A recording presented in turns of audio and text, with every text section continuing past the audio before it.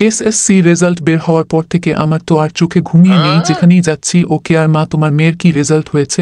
আমি তো আর বলতে পারছি না যে ও গোল খেয়ে ডিম পেয়েছে, না না না, আমিও বলবো না যে কেয়া গোল খেয়ে ডিম পেয়েছে। দেখে মনে হচ্ছে কেউ একটা আসছে। কে ওটা? ওটা তো জিএসসি আর অ্যানি এই দিকে আসছে, তার মানে নিশ্চয় কেয়ার রেজাল্ট শুনতে আসছে ওরা। আন্টি কেমন আছেন? কতদিন পরে আপনাকে দেখলাম। কোথায় যাচ্ছেন আন্টি? একা একা কে আসেনি আপনার সাথে? আর কেয়ার তো রেজাল্ট বের হয়েছে, কেমন হয়েছে আন্টি ওর রেজাল্ট? কেয়া তো ইংলিশে ফেল করেছে। তাই আন্টি?